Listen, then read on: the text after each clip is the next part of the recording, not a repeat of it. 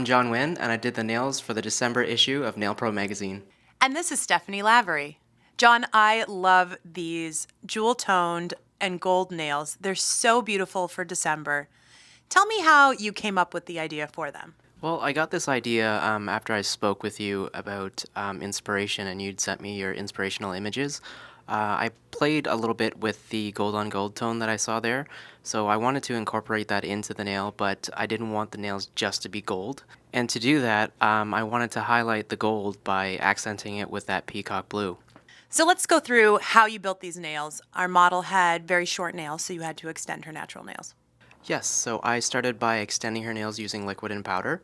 I didn't want to do them too long. I wanted to keep them a wearable length. And also, I decided to sculpt them in more of a sleek almond. And to sleek out the nail, I actually tucked the sides of the nails in a little bit just to give it that sleeker profile. I noticed you didn't use a pure clear liquid and powder. How come? The reason why I didn't use a pure clear is because sometimes I have a little bit of trouble seeing flat spots because my vision's like pretty terrible. So I like to use acrylic that is a little bit more slightly pink, just so you can see all the contours of the nail properly, especially when you're doing a longer extension. I noticed that the nails were very thin. How did you achieve this?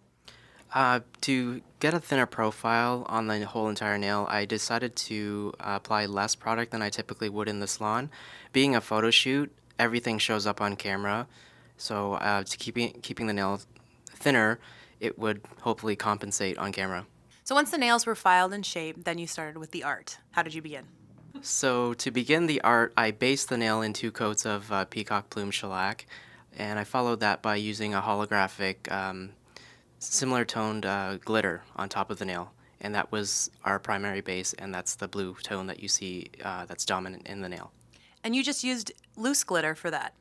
Yes, that's correct. It's actually a super fine micro glitter. It's almost like, it's so fine, it's like a pigment. It's really cool because it added a lot of depth to that blue. So do you sprinkle it on and brush it off? How do you work with it? Initially, I will sprinkle a little bit on the nail, and I will burnish it into the nail just to make sure that all the glitter particles are laying flat. And what I really love about that kind of glitter is that it's so dimensional. Every time you turn the finger, you really get a different tone of blue. After the glitter, you applied top coat. Yes, so I applied top coat to seal the glitter in, and following the curing process, I then use a really high grit shining buffer to remove the shine on the top coat. The reason why I did that was because the following steps in the design consisted of transfer foil, and I wanted to ensure that transfer foil would stick only in the places that I needed it to. I noticed that you sketched out your design in advance on a piece of paper. How does that help you? Sketching the design out on a piece of paper is really helpful for me because if I don't do that, then I end up wiping the nail off so many times that just becomes so frustrating. So having it in front of you and knowing where the lines need to be is extremely helpful. So the nails are buffed and you went in with gold, but it's multi-dimensional gold. So tell us how you began with that. So to get the dimension, I use 2 different types of gold foil.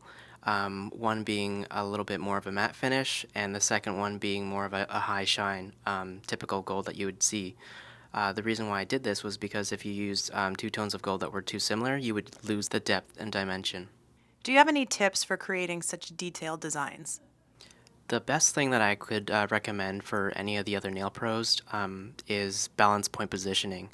It's very helpful because once you have your hand anchored, it really steadies you. And typically, try not to drink too much coffee in the morning. And then the last part that really brought the design to life was the rhinestones. How did you apply them? How did you choose them? The application of the rhinestones, I just used a brush-on nail glue because we are doing photo work. I didn't want to add bulk to the nail by, putting gel or curing it in a gel.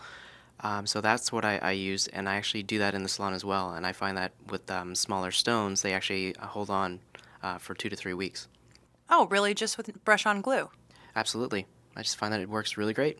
And then you coat the whole thing in a salon setting. You would coat the whole thing with top coat again, or no? No, not at all. I actually find that the brush-on nail glue that I use, it holds the stones extremely well. A lot of techs seem to struggle with applying rhinestones and getting them to stay for 2 to 3 weeks on their clients' nails. What do you suggest? Especially in the salon, I find that everyone's gravitating towards larger stones. So when it comes to that, I would either put encase larger stones with liquid and powder or use gel to hold them in place. I think that a lot of people are going to look at these designs and they're going to want to recreate them. And I bet their clients are going to want to wear something like this for the holidays. There was a lot of detail in these nails. How can a salon nail tech create something that's similar to this but quicker? For this particular design, what I would suggest you can do is maybe not painting so many swirls as I did in the design, and just reducing the amount of stones that I applied as well. Reducing the amount of stones by probably 30%, and just like toning down a little bit of the gold foiling would speed you up in the salon. Well, thank you so much for coming in. I am so happy that you were here to do such a wonderful job with these nails. I think everyone's going to love them on our December cover. Thank you very much for having me. I really enjoyed my experience here, and I would love to come back if you would have me. Absolutely.